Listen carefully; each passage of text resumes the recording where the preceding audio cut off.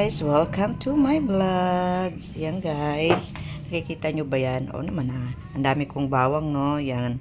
Bawang na pinitpit at sibuyas. Yan. Nakiwa ko ng sibuyas. Dahil ang lulutuin ko today is ginisang sayote. Ayan. Ginisang sayote po guys. So ayan no. May design pa yung aking paghihiwa. Pero hindi pares-parehas yung laki. Kasi yung korte ng sayote hindi maganda eh. Oh, 'di ba? Hindi maraming bako-bako. Ayan.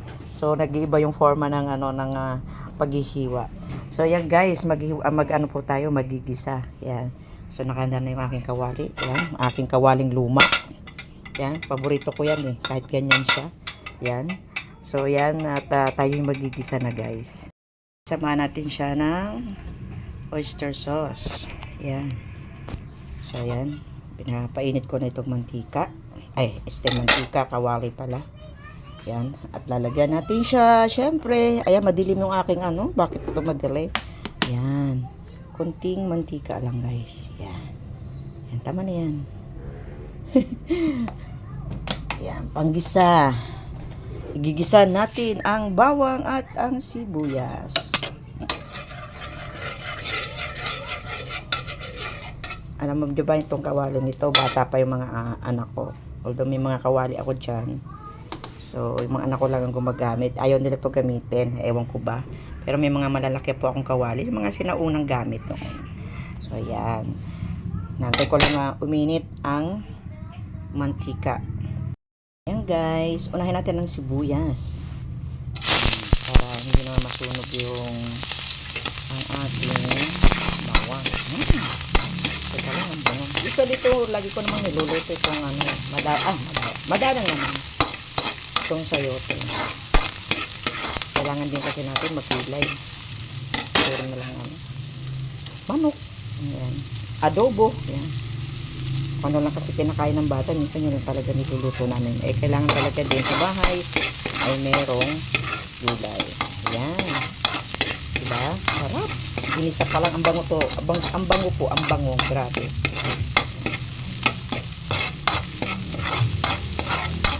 Ayan. Maintay natin brown siya. Ang dami ko bawang. Gusto ko po yung bawang.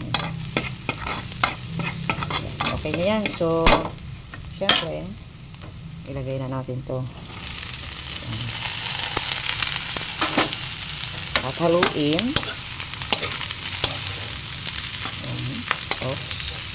So, ayan. Tingnan mo yung hiwa ko. Gusto lang ng mister ko yung yung parang patuyo na pero yung nagsososi siya. Dahil lang sa oyster sauce. Yun ang gusto ng ulam today.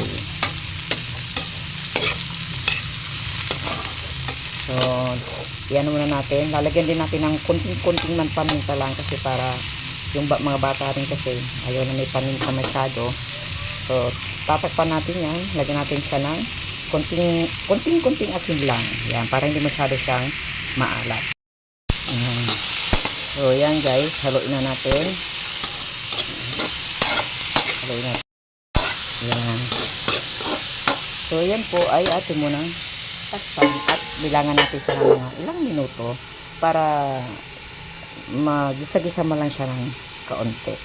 Para pag nilagyan natin siya ng konting tubig, lagyan natin siya ng konting tubig, tapos saka natin ilagay yung ating oyster sauce. Yan. I-check natin guys. Yan. So, yan, paminsan-minsan haluin din natin para lang nagsasangag yan, diba? May konting paminta na po yan, may konting asin para hindi masyadong maalat at bawal ng maalat sa bahay. So katamtaman lang po nang makain naman. So yan later ilang segundo na lang siguro lalagyan natin siya ng konting tubig para maluto naman lumambot naman yung sayote. Diba? Ayan o. Medyo ano na nga siya eh. Medyo matigas-tigas na pa. Pero malapit na. So, takpan natin ulit. Ito ay pangalawang takip kasi binisita ko. Yan. O. Yan guys. Buksan na natin ulit. At pwede na natin siyang lagyan ng konting tubig.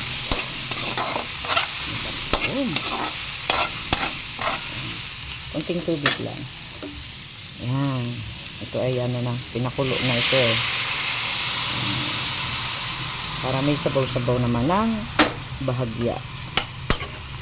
Ayan. So, hintayin natin siyang lumambot.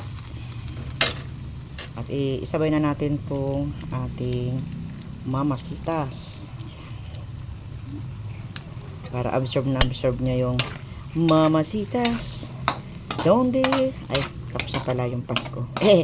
O nga. So, ayan. So, hintay lang po natin siyang maluto at lumambot yung ating ginisang sayote.